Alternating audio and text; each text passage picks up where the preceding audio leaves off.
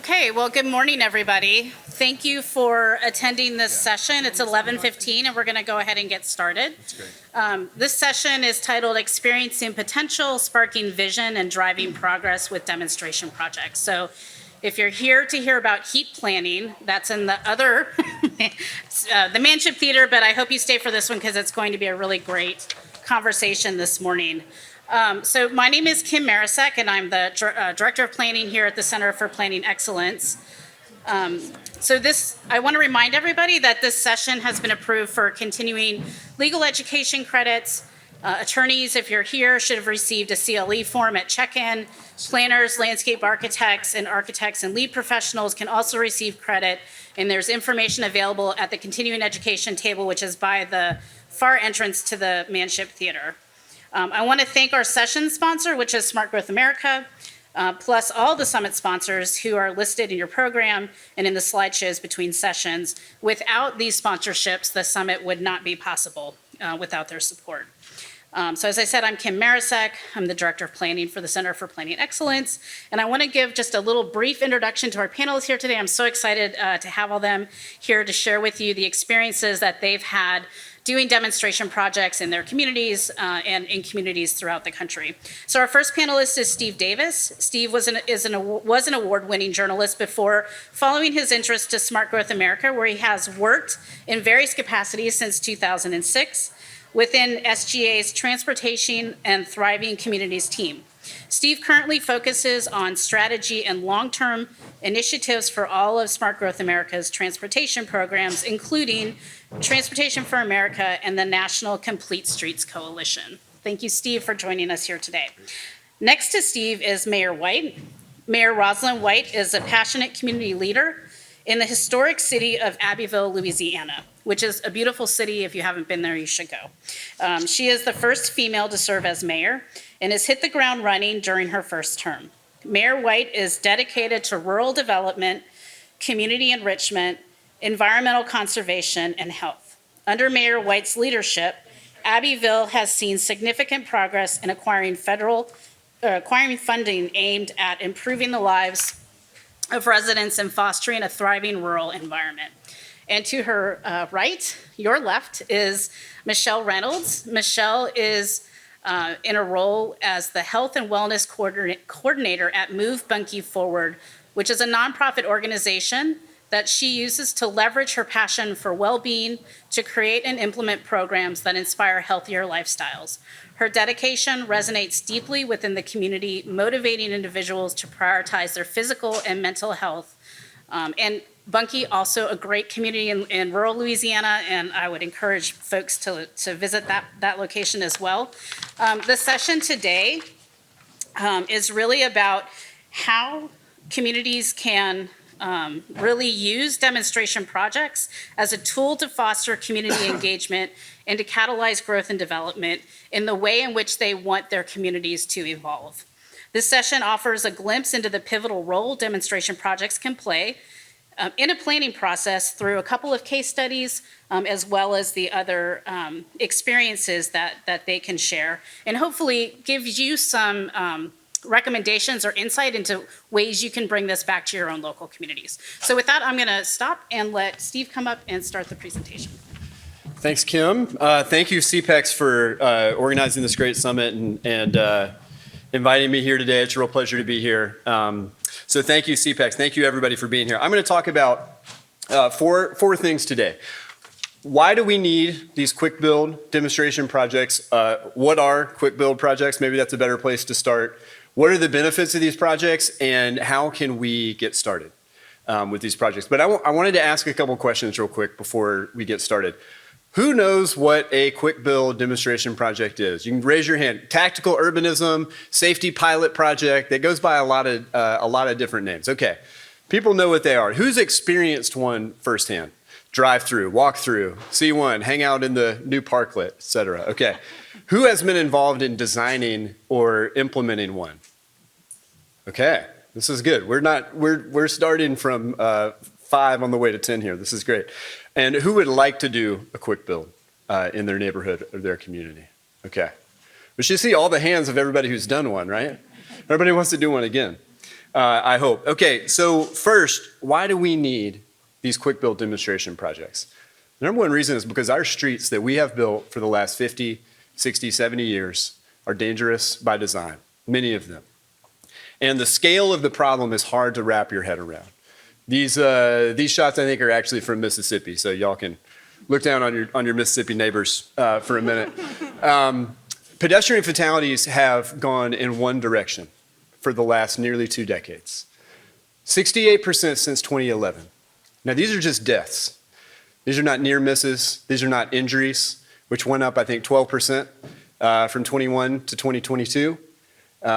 This does not include the people that choose not to walk because these streets look like this. It's gotten more safe than ever before to be in a vehicle. We have truly committed the automotive industry to making travel inside of a vehicle as safe as possible. But there's a good case to be made that that has come at the expense of people outside of vehicles. For one, as vehicles have gotten heavier, taller, larger, worse sight lines, all of these things have made it less safe to be a pedestrian than almost any point in recent history. Who is impacted by this danger? Not everyone equally. A lot of us may not ever encounter this on a regular basis. Some people encounter this every single day. And across the country, those people are, by and large, low income and people of color.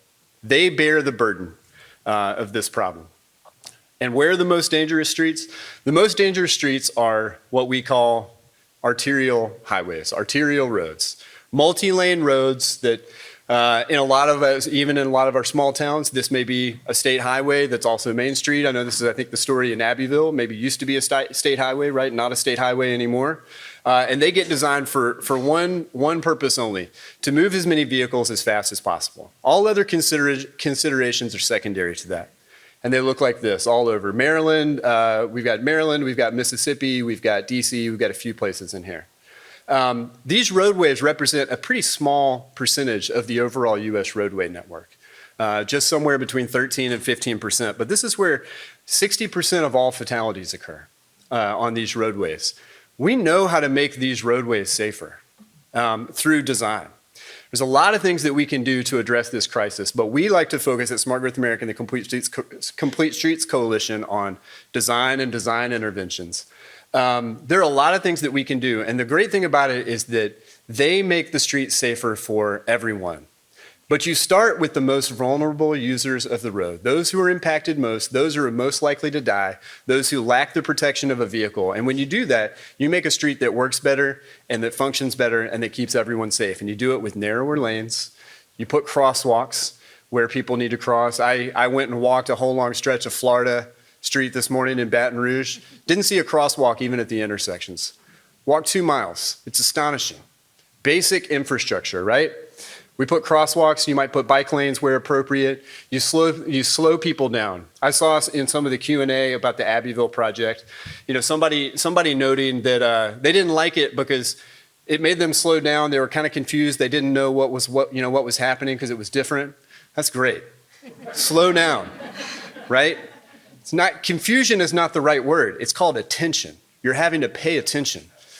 Florida Street tells you, go as fast as possible. It's as straight as a nail, right? You got one of those new cars, you only have to put your hands on the steering wheel, right? You don't have to worry about anything else. We know how to make these streets safer through design. So what are quick build demonstration projects? This is the definition we use.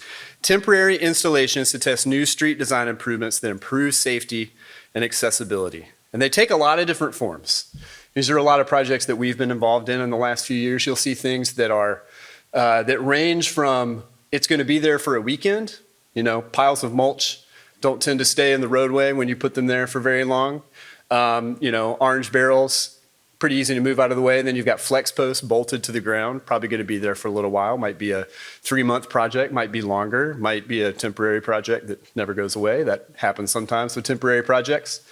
Paint, really creative materials. These pictures from South Bend.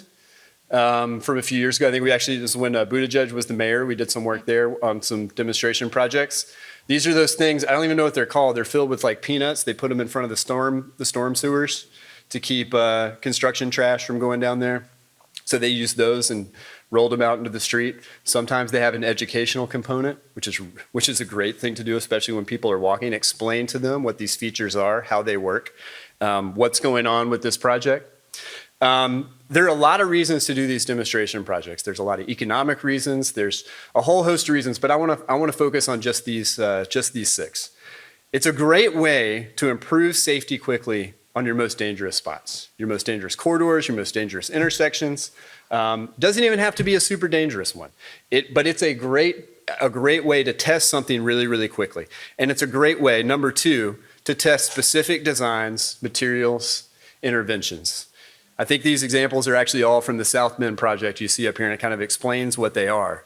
Not everything works. You're not going to get the design right.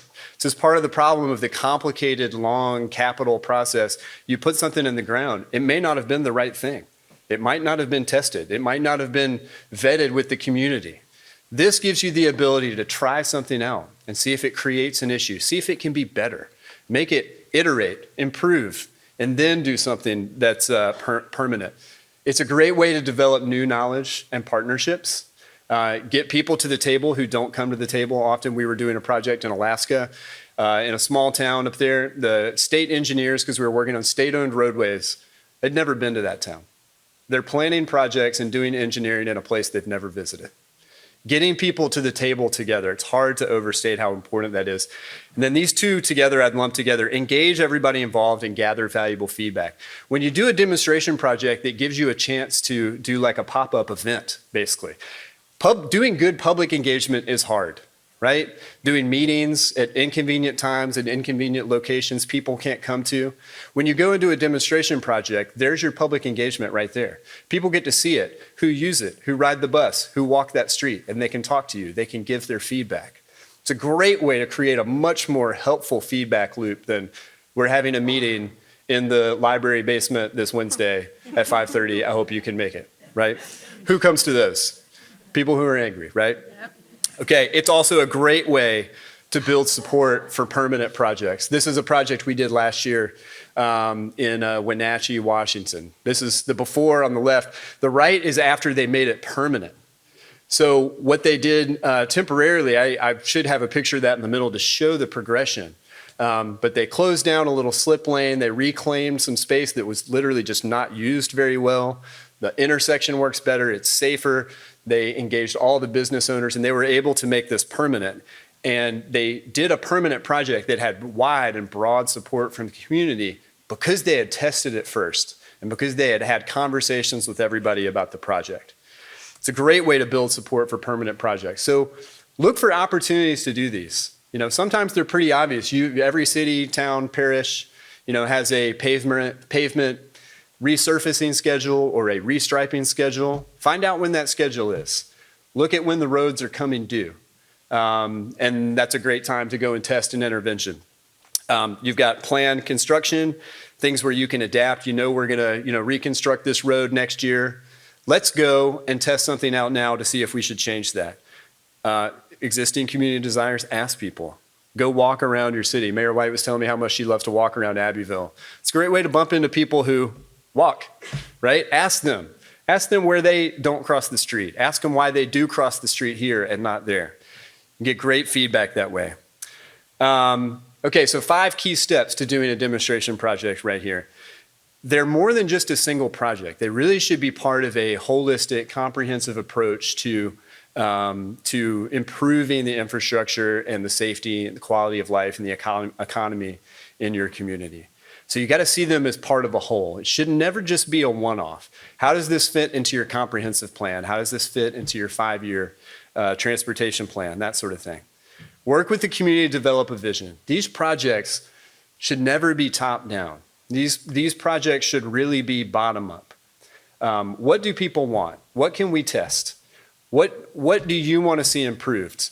It's a great way to be responsive to the needs of the community because these projects aren't going to be expensive. Somebody says they really want something, 10 somebodies tell you that, go and test it out for, $5,000 or less, the cost of some paint and some barrels for a weekend, right? Always be collecting data. This is really important. I've bolded this here. Data alone will not persuade everyone or tell the whole story. Data can help inform people's minds. It will not change people's hearts, but you've got to have the data. You can't not have it.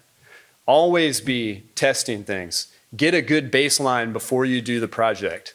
I'm like renovating an old, I have been renovating an old row house for like 15 years now, right? And I'm always like cataloging the process. I always forget to take pictures before, and then I take, renovate a room or whatever. And I'm like, I wish I could see what this looked like before, but I forgot to do that step. Really important. Get data for your baseline. Define success, measure against it, and then tell the story of your project. Go around and tell people about it. Publish a case study, do a video, whatever that looks like. Okay, last thing I want to talk about, new federal program called Safe Streets and Roads for All. Who's familiar with this program? Has anybody heard of it? Okay, we've got about half the folks in here. I know a lot of times, especially if you work in a small town, you hear federal program or US DOT and you're like, well, we're not doing that because I don't have a person that I can put on the paperwork for that for 2 weeks, to work on it.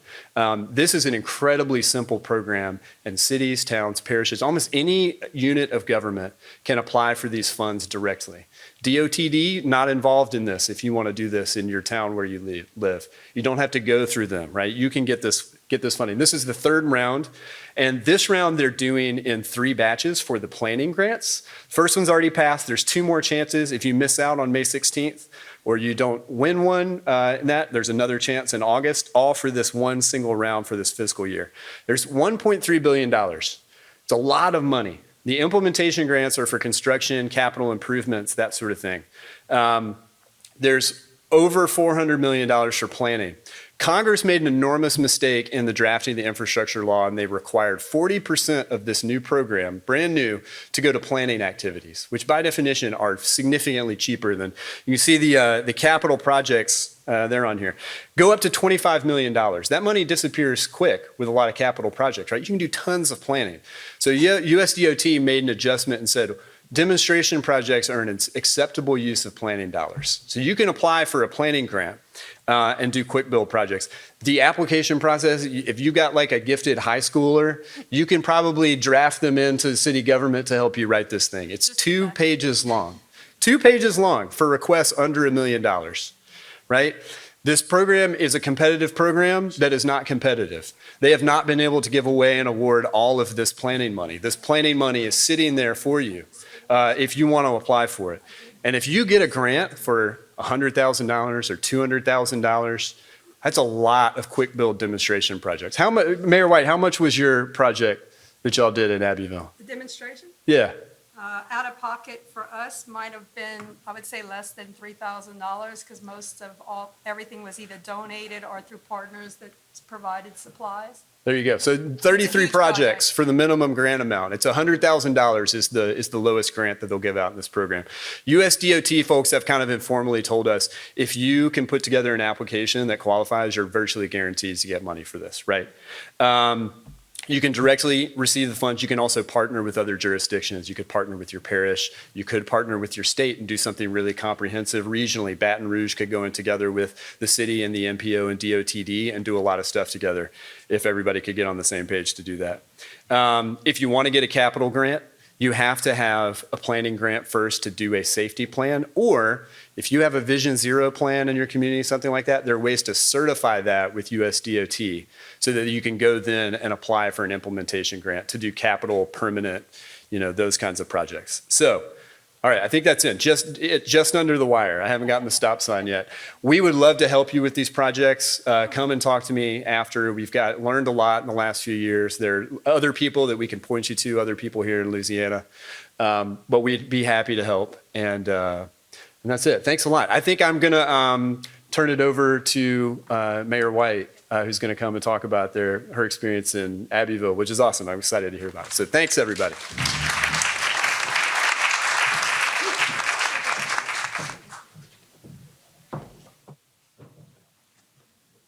Well, while you're doing the technicals, I'll just start talking. How about that? Before I get started on my demonstration, I do have members of my community who are part of my strategic planning team who I offered them all an opportunity to be here, and I'm so thankful for those who were able to travel and join us. So if you are part of my strategic planning committee, Please stand up so I can recognize you. Thank you. I'm so excited to learn the things that I learned last year at this conference with all of you and let you see firsthand. Also, anyone who participated in my road demonstration project, please stand up. I know there's a couple people. CPEC's team was there. Well ahead, Louisiana. So thank you for that. All right. And CPEC's and Kim especially, thank you for offering to let me share my experience. As you know, I'm very nervous about this. I'm much more of a doer than I am a talker.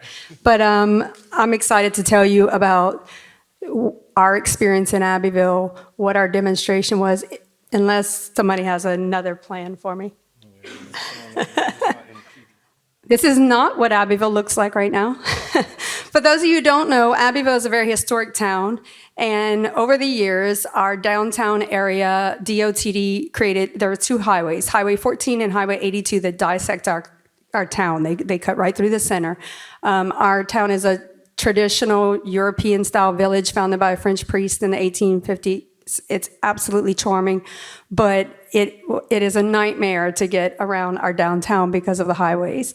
And this is a picture of a rendering that Alex helped me with here from CPEX to show what the demonstration project could look like in a built environment. Currently, this road that he did the rendering of is 2 one-way lanes southbound into our downtown. And then there's on the other side of the street, there's 2 one-way lanes going outbound, northbound. And so our project, because I believe in going big or going home, was about a mile long. We did a road diet, which included narrowing the 2 one-ways into a 1 lane. We took out 2 stoplights and put up always stop signs. We did a dedicated area for bikes in the extra asphalt that was created through that. And then we did also the funnest part. We took parallel parking around our courthouse and changed it. We pulled all of the parking to the inside, adjacent to the courthouse, and did reverse back-in angle parking around the courthouse, which our community is extremely traditional. And when I first saw Alex's suggestion, I said, oh my God, they're going to hate this. I think I hate this and I don't understand it, right? Which is exactly the reaction that the community had too. But that's the importance of the meetings, right? We had a public meeting and we presented the ideas, and we actually presented 2 different parking configurations around the courthouse. And at first, everybody had the same reaction to me. But when we sat down and we talked to them and we explained to people why you choose that, because we know that's the safer way for you to pull out into a roadway when you pull out with your front first.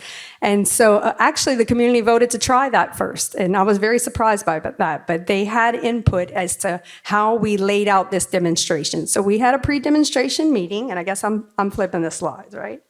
Yeah. Is it this way? You can choose the arrow. Okay. Got it. So here's our downtown, and Veterans Memorial Highway is our traditional bypass, right? It's a 55-mile-per-hour lane bypass on the north side of the city, 4-lane highway with a turning lane. And going south from that, you see North State Street and North St. Charles. That's Highway 14, no longer though, because I successfully took that road from DOTD and now it's local streets. And thank you. It was not a small task, especially about 3 months into my administration. But I knew that we were about to do a road project on the next portion, which is the one that goes east to west across the river. It's Charity Street on the right, but actually has multiple names. That's Highway 14, old Highway 14. So it was Highway 14 before DOTD built a bypass. And when they built the bypass, they just forgot to give us back our road in downtown.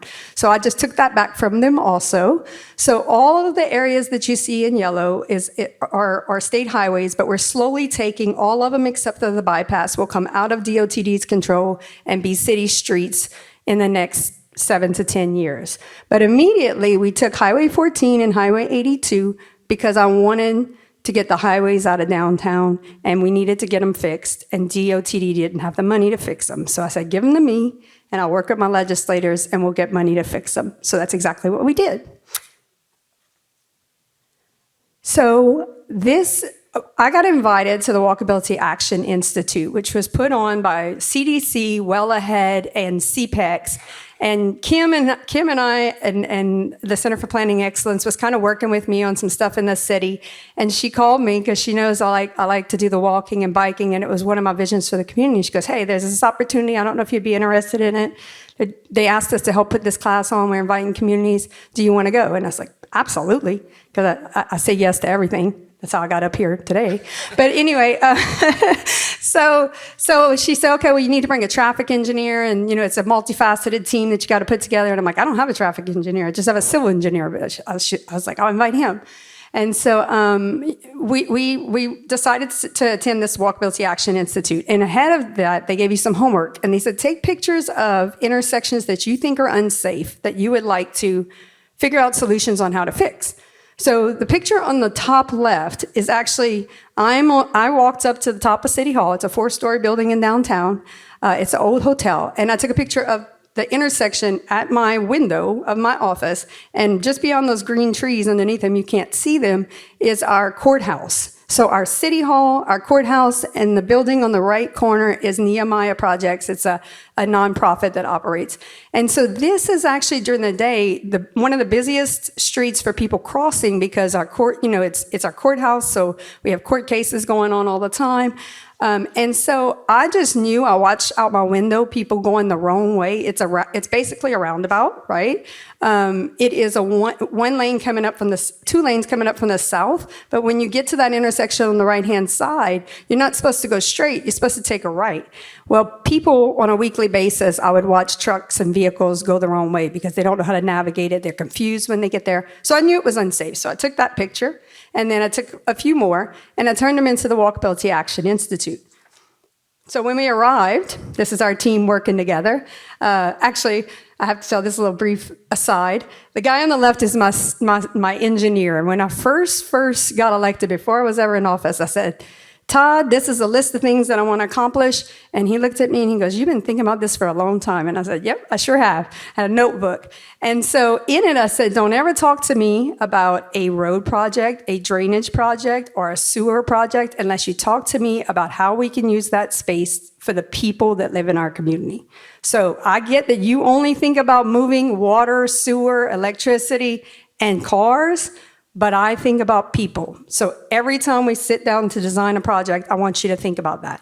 So when Kim told me I had to bring a traffic engineer, I called my engineer and I said, "I'm inviting every community from Vermilion Parish because you're the engineering firm that works with them. And I need you to dedicate one team member to come with us. And I need to know what it's going to cost." And he knows me pretty well. And he goes, "I guess that means you want me to do it for free, right?" And I said, "Absolutely, if that's what you're offering." So we kept asking him who's coming from the team, and he was having trouble assigning somebody. So finally, the week before, I said, "Okay, Todd, I got to know who's coming." And he goes, "Well, I can't pull anybody off of a paying project, for a 4-day class on sidewalks. So I guess I'm going to have to go." And I said, "Great. You're the one that needs to go just because of that comment. I'm going to be happy to have you there." And actually, it was eye-opening for him, and it actually gave us a better understanding of working together, what my vision for the community is and how he can help me meet it. So he doesn't look happy in here. We picked on him the whole time, but he actually really enjoyed it. And I didn't know going into this that Todd is actually a cyclist and he rides his bike all over Lafayette. Oh, I'm already 5 minutes in. I better hurry up. So anyway, we go to the Walkability Action Institute. It's great. It was a great opportunity. I know Bunky was there and she's going to talk about it later. But what that class did is it opened my eyes on how to take the ideas that were in my head, how to go out in the community, demonstrate it, implement it, and also gave me the vocabulary to try to advocate for it and write grants for it. And so that's what we learned at the Walkability Action Institute. It was an excellent opportunity, I think. It was a multifaceted team. This picture here is our demonstration meeting where we talked about what we were going to do ahead of time and got community input as to what they thought would work, might not work. What do we need to think about before we put up the demonstration? And you see the two renderings of the courthouse on the right-hand side where they got to vote on which type of parking they wanted. Keep it parallel parking or do reverse angled back-end parking. And actually, we got double the votes for the back-end angle parking than we did for parallel. So that's why we put that into our demonstration. This is I told Alex that I live on one of the one-ways going out of town.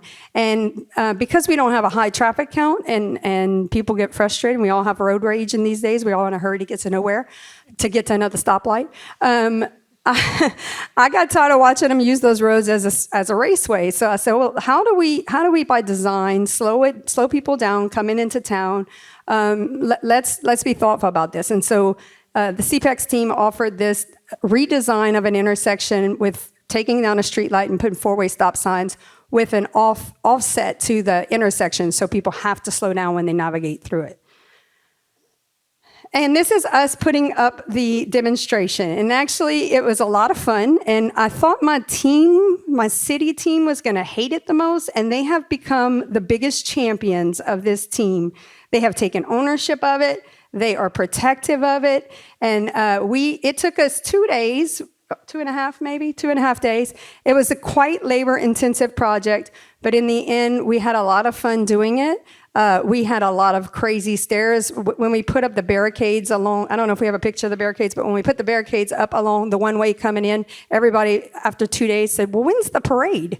I mean, you've been having barricades up for 2 days. When's the parade? They didn't know what was going on, even though we tried. I mean, we tried to engage the public. We have a YouTube channel. We have social media. We have we use every means of communication we can. Still, people didn't know what was going on. And when anything happens in Abbeville, people take interest because change doesn't happen often until now.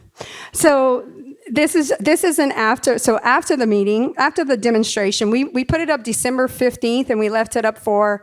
It was supposed to be for 2 weeks. It was supposed to be for 2 weeks, but it's still up today, and that was December 15th. And the reason it's still up is because they started milling my streets yesterday, and so we are actually building in some of these ideas and concepts into the final road overlay project right now.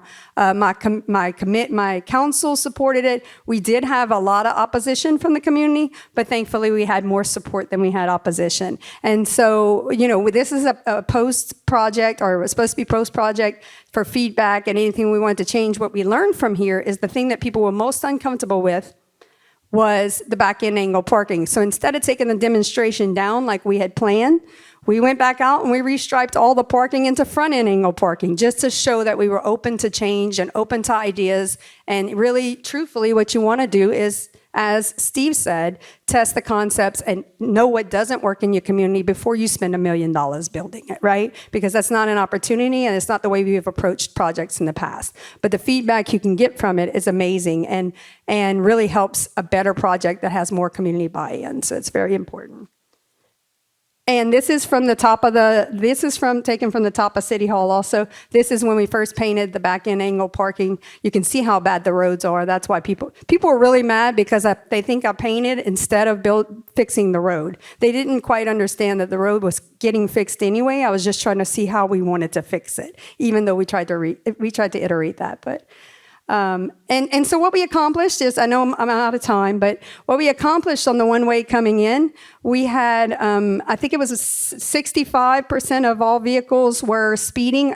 This was a 35 mile per hour zone with 2 one ways coming in, and we clocked people before and after. Before, they were going up to 48 miles per hour in that lane racing. I've seen people go much faster than that. And once we put the demonstration up, we got 95% of compliance in speed. And we did, okay, I gotta stop, but I'll give y'all, if y'all wanna talk to me about it more, come meet me after and I'll give you more information. And now. Hi. So I must admit, even up until getting here today, I was kind of questioning, why am I here? They sent me the documents to read over. We made a PowerPoint to come up with a plan on what I would say. And I really was questioning, what purpose do I have for being here? I'm not a lawyer. I'm not a mayor. I'm just a girl who loves her community. I love my people, and I love being able to make my community better. And so I've been able to work with CPEX and do that. So today, when I went in to listen to the keynote speaker and to other people that spoke, I really was able to connect Why? It's from the bottom up. It's not top down. It's the people in the community that actually are able to affect change. And I've been able to do that along with so many other people in my community. And now I know while I'm here, I'm able to encourage y'all to go out and do the hard work, but to do it starting in the right place, to go to the people that could actually benefit the community. So my degree, I may not speak like it, but my degree is actually in English. And I can't tell you all the right words. I can write really well. So I wrote a couple of grants, but so even when I took this job as this nonprofit, one thing that I live by, and it has proven to be true even today, is always do more than what you're paid for, because you never know the opportunity that's going to put you in front of, or the things that you'll be able to do. So my job was actually a health and wellness coordinator for Move Bunkie Forward, which is a grant program that focuses on health and wellness. That's it. So if I go to work and I have fitness classes every day, I do an after school program, all of these great things, right? If I go to work and just do that, I'm fulfilling my job obligations. I'm not required to write grants. I'm not required to do city planning, none of that. But because I have done that, I'm here.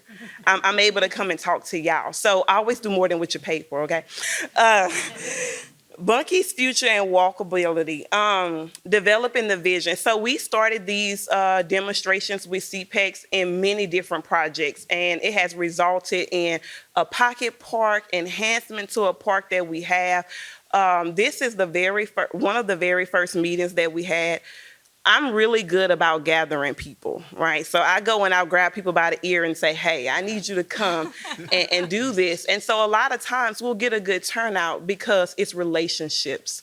It's people knowing you and knowing your heart posture and what you want. So for somebody outside, you're not going to get that compared to somebody who walks with these people and deal with them every day. And I can call their cell phone and say, hey, I'll buy you lunch. I'll get you a sandwich, or something. Evaluating the existing infrastructure. So y'all see my little baby in there? We have a lot of historical places in Bunkie. So if you're not familiar with where Bunkie is, we have an exit right off of 49. And there's the Highway 71, the Jefferson Highway, that goes from Canada all the way down through New Orleans. It runs through Bunkie. So we get a lot of 18-wheelers and a lot of just people traveling and getting off on the interstate. And it's we have a lot of historical areas that we just trying to preserve, keep the history alive with. And on this, we had a bingo. So CPEX came in, we did a demonstration to show our historical walking tour. So a part of that initiative to kind of preserve the history and let the community know about what we've been doing is we walked the path through our neighborhood or our main street in downtown area and looked at what areas we wanted people to know the real significant history of. We marked those out, and then we came up with a walking route so people could visit those places but also be physically active, also move in the same at the same time. And so we walked that area, we played bingo, and the community got involved on what they knew about. I don't know everything about from 60 and 70 years ago, but we still have some people who are 90 years old, 100 years old in our community are able to say, oh, I remember when this used to be this, or when we used to do that over there. So we were able to gather all that information and start making out markers and create a tour. This is us going around and telling the community about some of the projects that we were doing. On the left is Kate. She worked with CPEX, and Kate? Yep. Yeah, okay. She worked with CPEX, and we have a corn festival in Bunkie, and you'll see it more in the next slide, but we have a really big festival every second full weekend in June where we gather everybody. It doesn't matter race, age, any of that. We all get together. So she set up a demonstration to kind of show what we were going to be doing because everybody in the community would be out there. We just capitalized on that. And then this is another service league meeting. We have an organization in our community that focuses on beautifying the community and doing things to enhance it. And we went to present to them also. So in this picture is the ticket booth for the Corn Festival, and one of the things that we talked about doing on our main street were crosswalks. So we did corn as crosswalks so people could see the different options of what we could do in our community. So the bike station that's right there, everybody was able to, we have a lot of people that ride bikes. And then our area, the cyclists, I don't know, I can't tell you where they traveling to or where they going, but they always going somewhere. They ride on our main highways to get to Florida or different places. And so and then we have a lot of other people that ride bikes throughout the community. So we wanted to create a space where if their bike needed air or anything like that, they could go and stop and fix it. So we set that demonstration up and people were able to go and look at the tools and how they work. That is actually now installed by our train depot, right where our historical walk-in tour kiosk is and my office is, so, yeah. And this is our Complete Streets plan where we looked at our main street. We looked at the areas where people were having a hard time connecting from different sides of the community to get to. We only had one grocery store. Now we have a little farmer's market that's kind of like a grocery store. It's just not as large, but we were able to figure out where do people have a hard time getting to those main areas in our community?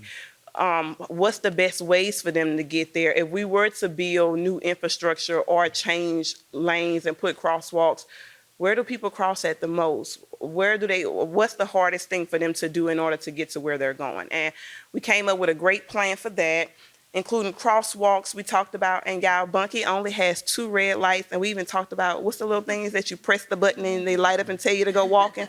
So we're going to be fancy, okay? This is us passing the ordinance in our with the mayor and just bringing everything before the council.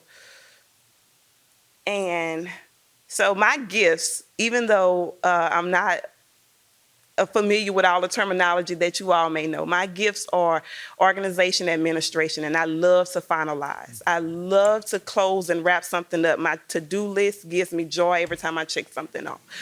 So I'm able to, if somebody gives me a task, I want to finish it. I want to do it. And so I've been able to help in closing off a lot of projects and getting a lot of grants for our community just because we communicate, we talk, we connect. I'm able to communicate with CPEX and make connections, and they say, hey, we have this grant.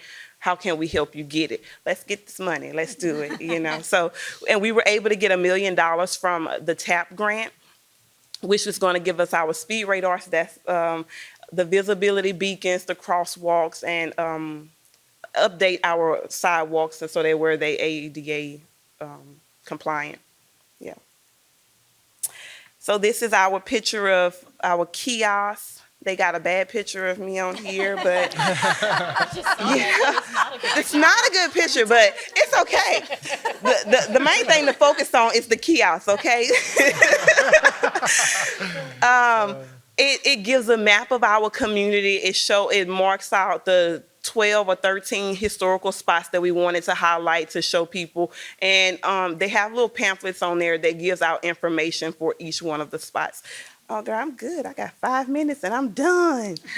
Look at that. So thank y'all for listening. And I hope that you got something out of this that you can go back and take to your communities to make it better. Okay, thanks.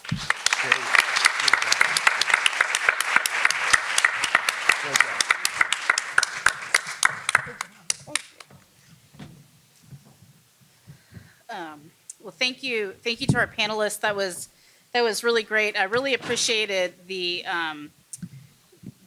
ability to kind of talk high level, show some examples of actual demonstration projects being deployed in community and what that, how that actually engages the community around this conversation about creating streets for all. And then I think closing with Michelle and Bunkie is such a great example of what Steve touched on, which is why it's so important to start these projects from the ground up and to really make sure and why I'm so happy the mayor has some of her steering advisory committee members here on her planning process, because it's so important, we as planners and practitioners, we can bring the thing, but we don't know the community. And in order to really make these the right moves for that local community, it's just so critical that we hear from the community about what it is they want to see. And so, so I think this was a really great kind of holistic approach to understanding what that, kind of cradle to grave, what that process looks like. So I know you all probably have some questions. I'm going to kick it off with one question just to start this group with, and whoever wants to answer would be great. But I want to ask, I'm looking at my questions here to figure out which one. What types of resources did you guys use to deploy these projects, or what types of resources might be available for local communities? I know you mentioned the Safe Streets for All grant, which is a great opportunity that we should all be thinking about, but what other types of resources might, how can they approach this? Can I take it first? I was gonna say, I think I gave my answer already for this one. The Safe Streets and Roads for All is a great program. State formula dollars can be used for this that flow to your town. I mean, almost anything can be used for this. You can, I think these two would probably be better equipped to talk about how y'all funded your projects. So you want to go first? It's fine, go ahead. So for Abbeville, we were actually afforded a grant for our attendance of the Walkability Action Institute. And that grant was from Well Ahead, Louisiana, and it allowed us, it was a $10,000 grant for use to further do demonstrations or implement complete streets policies in your community, to take the knowledge that you learn and use it to implement positive, healthy change in your community. What I chose to do with that on behalf of the city was to continue working with CPEX and have them help me design and plan how we could do a demonstration that could be incorporated into the road transfer work that was coming up this year. And so the big planning portion of it was the grant that was directly tied to Walkability Action Institute. But also what we did was work with community partners. So a really good community partner that we work with is LSU Ag Center. They have a health and wellness is a big pillar of theirs. And so they helped with buying materials and manpower and advertising and marketing of it. And so they've been a great partner. Of course, CPEX, we worked with Lowe's. Lowe's donated some stuff. We got community volunteers to help with the manpower, the garden club. But our demonstration project was just kind of a creative marrying of different community partners that really were excited about trying to bring healthy change to our community. Yeah, and I'll just piggyback off of what she said is the most important resource that we can have are people. I mean, you never know who you're talking to and the connections that they can make and just the resources that they have at their disposal. So I would think that people are the biggest resource that we could ever have, just connecting with other people. Are there questions from the audience? Anybody have any questions? Question about a statement. The people in Bunkie are using the Southern Tier, which is a route the Adventure Cycling Association has designated between San Diego and St. Augustine. Thank you for giving a name to it. And we're working on making that part of the official United States bike route system. So one of the things that we're doing in our Complete Streets plan is trying to make our roads safer for those who are cycling and coming through. Because a lot of the times they ride on 115, which is a busy road. We have our high school there, so we have a lot of traffic from when school starts and when it lets out. As like I said, along with other 18-wheelers, we're a big agriculture area, so we haul a lot of sugar cane. So we have a lot of trucks going in and out of there all the time, and so we have people just scooting around, the bicyclists or the cyclists, whatever you call them, every time. Every time we go around them, so it's now that was a part of our Complete Streets plans, is putting a biking lane or just letting drivers know that this is a shared space. This is not just for motor vehicles. Yeah. The other point I wanted to ask about first was that Florida corridor that you walk that is using National Transportation Safety Administration data, the most dangerous street in Louisiana for drivers and for bicyclists and pedestrians. Right now, and it's owned by the Department of Transportation and Development, state level. So it's state level. And I don't know how familiar you are with how much fun it is to work in the city. Blast. Yeah, they are working on a project that will signalize and mark crosswalks. But so far, they have insisted on putting in slip lanes. Continuous right turn lanes, which pedestrians have to cross. While the driver's looking over their left shoulder, the pedestrian is there. Is there a way to demonstrate to the engineers that that is inappropriate? It's a great question. There's guidance from FHWA about the fact that slip lanes are a hazard to pedestrians. We run into this a lot. You'll have state highway engineers claiming that they have to do things that the feds require that are not true. And USDOT has done, we've talked to them about this, they have done a bad job of really empowering their regional field offices to quash that kind of behavior. They've sent some sternly worded letters, or they've made them public, or said, here, you don't need exceptions to the design standards to do, X, Y, Z. But I mean, FHWA has guidance on slip lanes, describes them as in their speak, a negative facility from the pedestrian experience, which is the most hilarious way to describe you might get killed crossing the street. Having been on Florida for a couple hours this morning, partially because we do our pedestrian safety report every couple of years, Dangerous by Design. So I was out getting pictures for our next Dangerous by Design, because we're always trying to spread out where we get our pictures from. It was pretty astonishing, to go up and down that corridor, especially where it's 4 lanes. Feels even more dangerous than where it's wider. I was asking Kim about it this morning. Government Street is city owned now. In the process. In the process of being transferred, Government Street, curbs, gutters, 3 lanes instead of 4. This is not a coincidence, right? And I know it's a huge challenge to work with the states on some of these projects, but states have no business controlling roads running through places like Abbeville and Bunkie.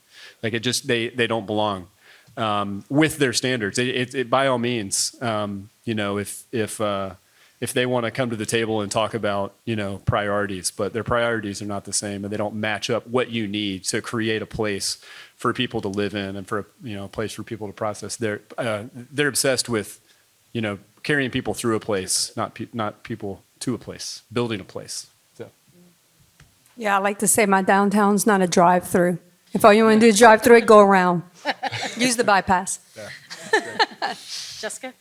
So just following up on what Mayor White said about LSU Ag Center being able to help fund demonstration projects. So the national SNAP-Ed guidance has now broadened for demonstration projects. So SNAP-Ed dollars can pay for flex posts, paint, planners, like all these things in 39 of our 64 parishes. But it's got to be community-driven work in partnership with the Ag Center.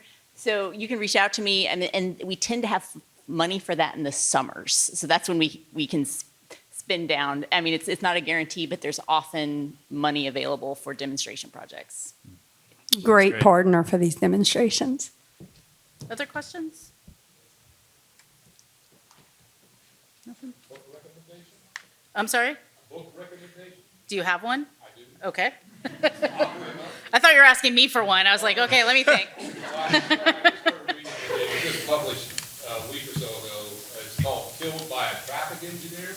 And it's written by a guy who is or was a traffic engineer. And he addresses these things about how the stated reality by the traffic engineering profession is not based on anything except their perception of what it should be. It's not data driven. And so it's very engaging. It's a very engaging read, and I encourage people to read it. It's I don't have any affiliation with the publisher or anything. It's Island Press. The fellow's now a PhD, teaches traffic engineering, and so he's not just pulling things out of the air. Killed by a traffic engineer. Along the same lines, I'd make a plug for Chuck Marone's Confessions of a Recovering Traffic Engineer. Yeah, he's very good. Yeah, also very, very good. And then this is a couple years old, but Right of Way by Angie Schmidt really lays out a lot of the basics on pedestrian safety and arterials especially. And Mayor, you were just reading a book too. I have a list of books in my Audible list here that I actually don't have time to read, so I listen to them to put me to sleep. And also while I'm getting ready in the morning, I've read a lot of Jeff Speck, Chuck Malone. But I do have a list, and when I have a signal, if you want a list, I'll give you some. There's one I think called Building Plazas for People that I've read. So I can give you a good list of how to build a more walkable, more engaging community that I think are good resources to read and give you ideas. Tactical Urbanism, I've read that one. You know, no, I don't think so, but that's a fantastic idea, and Creative. I am gonna write that down because I would love to do that. We should have a CPEX book club, absolutely. Maya? All of you talked about the really, really important piece of community engagement and engaging residents in these plans. But you also mentioned engaging businesses, and I'd love to just hear a little bit more about the process of engaging businesses and business owners. And I'm curious if there's ever conflict between the business desire, right? Because part of the traditional argument for get people where they need to go fast is commerce, right? So I'm curious to just hear a little bit more about that business element. Oh, I would love to go first. I think that it varies based on your community and the businesses that are there. So Bunkie is in a process of building itself back up. We were dead for a very long time, and now we have businesses, small business owners that are coming in. I'm included in that, so I started my own business there. And so to be able to be a part of that revitalization and everybody coming together to say, hey, yeah, let's see how we can benefit each other. So, for example, we have Gipco signs, right? He's well known. He's all over the place. He does installations and signs for large businesses, but he loves giving back to his community. So that kiosk, he worked with us to build that and install that. Just different. Our pocket park, we needed somebody to go in and install play equipment, to do designing of the pole, to put the sign up. He helped in that process to make that happen in our community. Just other different businesses have come together to say, yeah, let's support that and make that something that builds our community up. And that way, when people come and visit. So today, I was kind of torn because I was here for this panelist and wanted to speak, but there's also 150 tourists in my community today to come and visit the work that we've been doing and to go and shop that Main Street area that we've been building up, that businesses have been working together to make sure that everything is nice and in order. Most businesses got together and did a cleanup day. They got together to make sure that the streets were prepared for the tourists that were coming in. So I think that it just all goes back to relationships, to having those conversations. I agree. We are not quite as advanced in rebuilding or rebreathing life into our downtown. We have had in the last year 3 new boutiques pop up and a coffee shop, but they're all 1 block away from each other, right? We don't have the density yet. And because of our courthouse and all of our government being right in the middle of our downtown, what you see is that everybody says there's no parking. During the day, there's no parking, right? Because it's attorneys and court and everything else. But at night, there's no people, And so as far as working with businesses, the ones that live that have chosen to be downtown or continue to be downtown, they see the potential in the walkability and how that can increase traffic flow into their business, and they want to see it.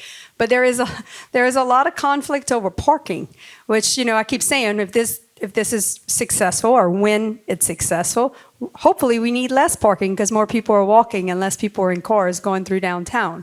But we have seen some conflicts between, businesses on the same street wanting dedicated parking spots. There's going to be challenges. don't think that everybody in your community is going to love the demonstrations and not everybody's going to be pro. But what I do is I go out and I go, any business that has a problem, I go walk and I go talk to them. And I'm like, okay, how can we resolve it? Like one person, there was a parking spot and sometimes she needs a maintenance truck with a vehicle to get in. They couldn't make the turn because somebody parks on the street. So I said, that's no problem. I'm going to make that a no parking space right there. That way, so sometimes it's very granular and in a small community especially, it just benefits you to go sit down and talk to the business owners and say, okay, how do we resolve this? And you have to be flexible. And the demonstration allows you the opportunity to do that. So. The one thing I'd add, I think, is that this is a place where data can be really, really helpful. I do a bunch of communications trainings. I actually used to be our communications director, and that was where I spent a lot of my time and would focus on like messaging this stuff. And I would always tell people, data is not going to change anyone's mind, really. But when you're talking about business owners, I mean, there's still like a story they need to hear, and you need to understand what they value, but they're very bottom line driven. So they respond a little bit more to data than ordinary people do that are, responding about, with perception or those sorts of things. If you can make the case to people that, get foot traffic numbers, get, in DC where I live, every small business owner, when there's a bike lane going in or, they're going to change parking, they think that literally that one parking spot in front of their business is the thing keeping them in business, which is hilarious. It's like, how many people can park there in a day? Like, you're in business because you live in a like walkable, dense, transit-rich neighborhood. Like, lean into that. But it's a place where having that data, I think, can actually be really, really helpful. Getting pedestrian traffic counts, getting car counts, getting turnover of parking, like having that kind of stuff to sit down with a business owner and listen and not invalidate their, concerns, treat them as very, very real. But meet them with that, I think can help you. Okay, thanks. Is there any more questions? We have time for maybe one more. Maybe that's a burning question. No? Everybody's ready to get to lunch? Okay, so we'll go ahead and wrap that up. I want to say thank you again to our speakers today. That was a great presentation. Thank you guys so much for being here and for sharing your experiences with us today. I want to thank Smart Growth America again for their sponsorship of this session and for all of our sponsors here at the summit, which is how we were able to make this happen. So if you want to, from here, lunch is in the lobby. So if you go back out, there's a lunch line to grab lunch. Please take it with you into the Manship Theater if you don't have time to eat it between now and 1 o'clock, but definitely do not miss the 1 o'clock session, which is with Dr. Ann Christine Duhame. She will share insights on neuroscience and decision-making in the context of environmental issues, which I think is going to be fascinating to listen to. So I hope you all are able to stay and listen to that. So thank you again for attending this session, and we'll see you later.